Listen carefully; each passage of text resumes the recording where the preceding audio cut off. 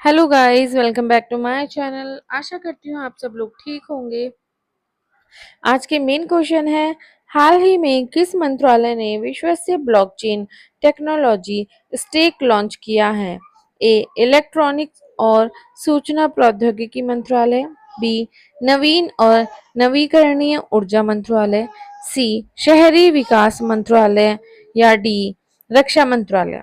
इसका सही आंसर है ए इलेक्ट्रॉनिक्स और सूचना प्रौद्योगिकी मंत्रालय। इलेक्ट्रॉनिक्स और सूचना प्रौद्योगिकी मंत्रालय ने ब्लॉकचेन एए सर्विस प्रदान करने के लिए विश्वसनीय ब्लॉकचेन टेक्नोलॉजी स्टैक लॉन्च किया। यह एक वितरित बुनियादी ढांचे पर बनाया गया है जिसे विभिन्न अनुमति प्राप्त ब्लॉकचेन अनुप्रयोगों का समर्थन करने के लिए डिजाइन किया गया है। एमआईटी ने एक हल्के ब्लॉकचेन प्लेटफॉर्म एफ लाइट और मोबाइल ऐप की उत्पत्ति को सत्यापित करने के लिए एक समाधान प्रमाणिक भी पेश किया। नेशनल ब्लॉकचेन फ्रेमवर्क एनबीएफ का लक्ष्य अनुसंधान और अनुप्रयोग विकास के माध्यम से डिजिटल ट्रस्ट और सेवा वितरण को बढ़ाना है। एनबीएफ स्मार्ट कॉन्ट्रैक्ट और एपीआई गेटवे का उपयोग करके सुरक्षित पारदर्शी सेवाएं प्रदान करता है। यह सिस्टम भुवनेश्वर, पुणे और हैदराबाद में एनआईसी डेटा सेंटरों में होस्ट किया गया है।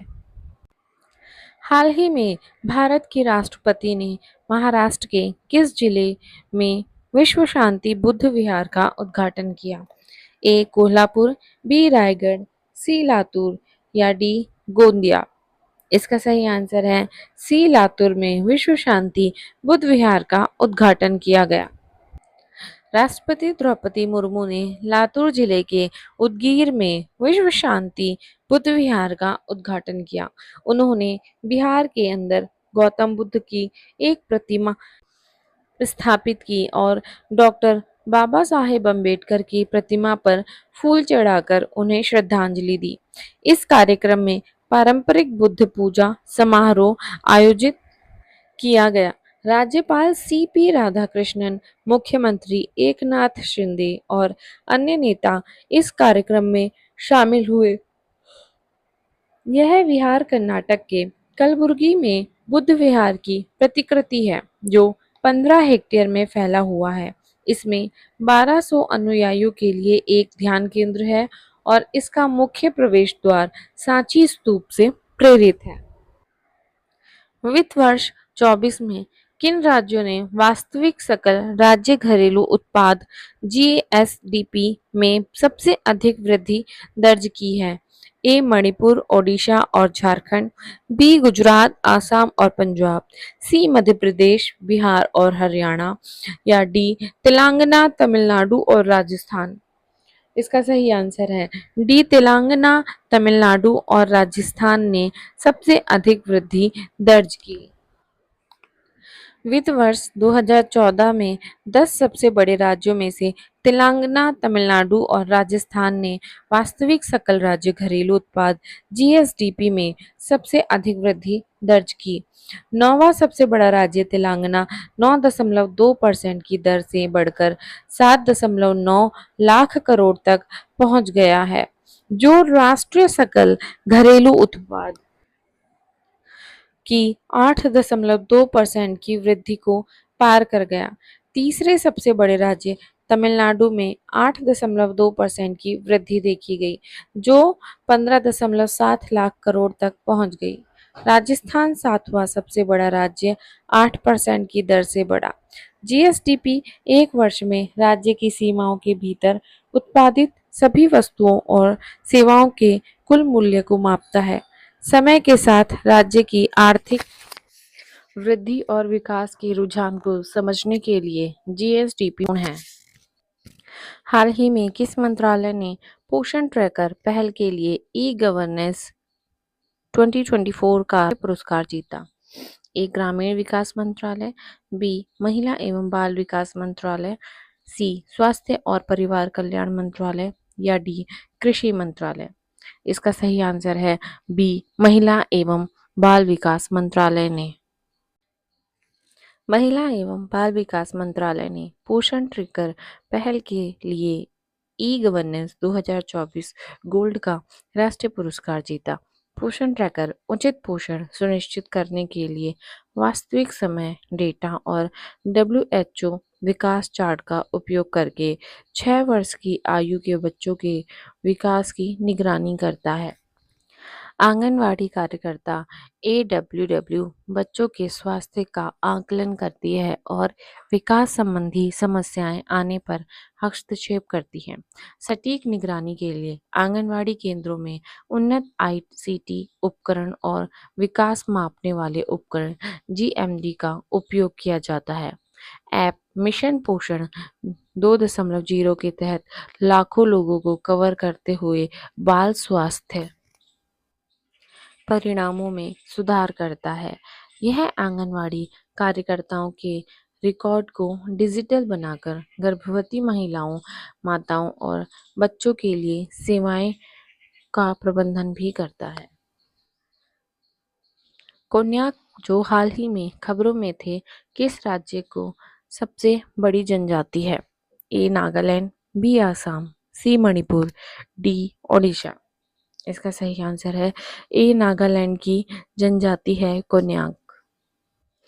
कोन्याक संघ ने नागालैंड सरकार से गूगल मानचित्र पर नागालैंड के मोन जिले और असम के चराईदेव जिले के बीच सीमा रेखा त्रुटि को ठीक करने का अनुरोध किया है। कोन्याक नागालैंड के मोन जिले और अरुणाचल प्रदेश के कुछ हिस्सों तिरप और चांगलांग जिलों में रहते हैं। कोन्याक शब्द का अनुवाद काले बालों वाले पुरुष है और उन्हें दो समूहों में विभाजित किया गया है, थेटू टैटू वाला चेहरा और थेंतु सफेद चेहरा। कोन्याक मंगोल मूल के हैं, जिनमें से 95% ईसाई धर्म को पालन करते हैं। वे चीन तिब्बती परिवार से कोन्याक भाषा बोलते हैं और ए लिंग मोन्यू एओ निमो और लाओन ओंगमो जैसे त्योहार मनाते हैं। वे आग्नेयास्त्र बनाने, हस्तशिल्प बनाने में माहिर हैं और उनका समाज प्रतिष्ठात्मक है।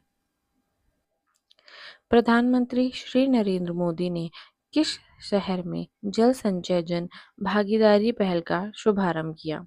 ए पटना, बी लखनऊ, सी सूरत या डी अहमदाबाद। इसका सही आंसर है सी सूरत में प्रधानमंत्री नरेंद्र मोदी ने जल संचय जन भागीदारी पहल का शुभारंभ किया। प्रधानमंत्री नरेंद्र मोदी ने वीडियो कॉन्फ्रेंसिंग के माध्यम से गुजरात के सूरत में जल संचय जन भागीदारी पहल का शुभारंभ किया। इस पहल के तहत राज्य भर में लगभग 24,800 वर्षा जल संचय संरचनाओं का निर्माण सामुदायिक भागीदारी के साथ किया जा रहा है। किस केंद्रीय मंत्री को टाइम मैगजीन की AI की सबसे प्रभावशाली व्यक्तियों की सूची में शामिल किया गया है? ए निर्मला सीतारमण, ए एस जयशंकर, सी अश्वनी वैष्णव या डी ज्योतिरादित्य सिंधिया। इसका सही आंसर है सी अश्वनी वैष्णव को टाइम्स मैगजीन की AI की सबसे प्रभावशाली व्यक्ति की सूची में शामिल किया गया है। केंद्रीय इलेक्ट्रॉनिक्स और सूचना प्रौद्योगिकी मंत्री अश्वनी वैष्णव को टाइम्स मैगजीन की most influential people in AI 2024 की सूची में शामिल किया गया है। भारत आर्टिफिशियल इंटेलिजेंस AI में एक प्रमुख खिलाड़ी के रूप में उभरा है। केंद्रीय मंत्री अश्वनी वैष्णव के अतिरिक्त इस लिस्ट में अभिनेता अनिल कपूर भी शामिल हैं। हाल ही में किस राज्य सरकार ने पुलिस बल में महिलाओं को 33% आरक्षण की घोषणा की है? ए उत्तर प्रदेश, बी मध्य प्रदेश, सी बिहार और डी राजस्थान। इसका सही आंसर है डी राजस्थान ने पुलिस बल में महिलाओं को 33% आरक्षण देने की घोषणा की है। राजस्थान के मुख्यमंत्री भजनलाल शर्मा की अध्यक्षता में हुई राजस्थान मंत्रिमंडल की बैठक में पुलिस बल में महिलाओं को 33% आरक्षण और पेंशन भोगियों को 5% अतिरिक्त भत्ते को मंजूरी दे दी गई है। बैठक में 3150 मेगावाट की सौर ऊर्जा परियोजनाओं के लिए भूमि आवंटन के प्रस्ताव को भी मंजूरी दी गई है। कपिल परमार किस खेल में पैरालंपिक पदक जीतने वाले पहले भारतीय एथलीट बने? ए तीरंदाजी, बी जूडो, सी निशानेबाजी, डी टेबल टेनिस। इसका सही आंसर है बी जूडो में पैरालंपिक पदक जीतने वाले पहले भारतीय एथलीट बने। पैरा एथलीट कपिल परमार ने इतिहास रचते हुए पेरिस पैरालंपिक में जूडो में देश को कांस्य पदक दिलाया। 24 वर्षीय भारतीय जूडोका ने J1 क्लास इवेंट में यह कांस्य पदक मैच 10-0 से जीता। इसके साथ ही कपिल परमार पैरालंपिक पदक जीतने वाले पहले भारतीय एथलीट बन गए हैं। अंडर 20 विश्व कुश्ती चैंपियनशिप में किस भारतीय महिला रेसलर ने स्वर्ण पदक जीता? ए अंतिम पंघाल, बी अंशु मलिक, सी अलका तोमर या डी ज्योति बेरवाल। इसका सही आंसर है डी ज्योति बेरवाल ने महिला रेसलर में स्वर्ण पदक जीता। कुश्ती में भारतीय रेसलर ज्योति बेरवाल ने स्पेन के पोर्टरावेद्रा में अंडर 20 विश्व चैंपियनशिप में महिलाओं के 76 किलोग्राम फ्री स्टाइल वर्ग में स्वर्ण पदक जीता। ज्योति ने फाइनल में यूक्रेन की मारिया ओरलेविच को एक भी अंक हासिल करने का मौका दिए बिना मैच जीत लिया।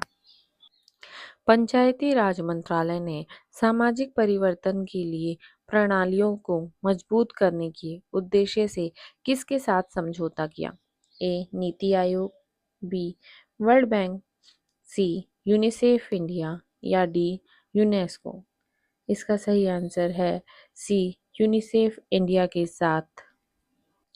पंचायती राज मंत्रालय और यूनिसेफ इंडिया ने सामाजिक परिवर्तन के लिए प्रणालियों को मजबूत करने और समुदायों को शामिल करने पर सहयोग करने के लिए एक आशय पत्र LOI पर हस्ताक्षर किए।